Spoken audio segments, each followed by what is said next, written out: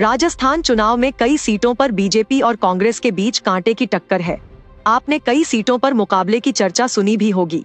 आज हम आपको एक ऐसी सीट के बारे में बताएंगे जिसे बीजेपी से छीनने के लिए कांग्रेस ने पूरा जोर लगा दिया है।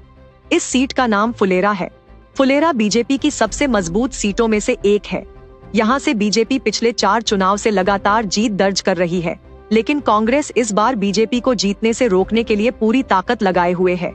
फुलेरा विधानसभा सीट पर इस बार फिर पुराने प्रत्याशी ही मैदान में हैं। बीजेपी से निर्मल कुमावत तो कांग्रेस से विद्याधर चौधरी के बीच टक्कर है। निर्मल कुमावत फुलेरा से लगातार 3 चुनाव जीत चुके हैं।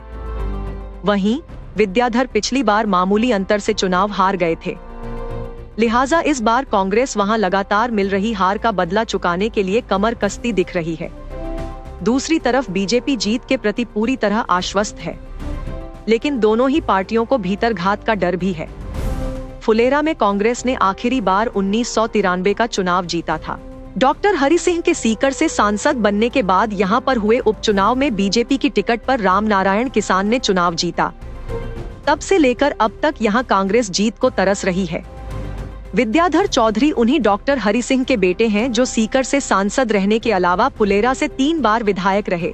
वे 1977 में जनता पार्टी की सरकार में PHID मंत्री भी रहे थे। वहीं निर्मल कुमावत का 2008 से शुरू हुआ राजनीतिक सफर लगातार उन्हें चुनाव जिता रहा है, लेकिन इस बार मुकाबला कांटे का बताया जा रहा है। बीजेपी फिर से PM मोदी के चेहरे पर वोट मांग रही है, तो कांग्रेस सरकार की उपलब्धियों और गारंटी को प्रचारित कर मतदाताओं के भरोसे को जीतने की कोशिश कर रही है। फुलेरा में विकास बड़ा मुद्दा है। वहीं सांभर के जिला नहीं बन पाने की भी टीस आम जनता में खूब सुनाई पड़ रही है।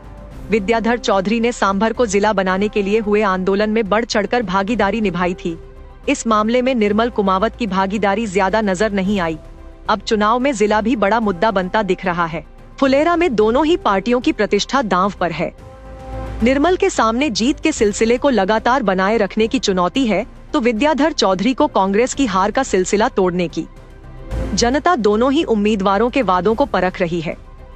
आखिरी दिन तक जो सोशल इंजीनियरिंग को पक्ष में कर लेगा उसकी जीत तय है। कांग्रेस बीजेपी के अभेद्य किले को भेदने के लिए इस बार हर संभव कोशिश कर रही है। वहीं बीजेपी किसी भी सूरत में कांग्रेस को सेंधमारी का मौका ही नहीं देना चाहती है। आपको ये स्टोरी कैसी लगी, हमें कमेंट सेक्शन में जरूर बताएं।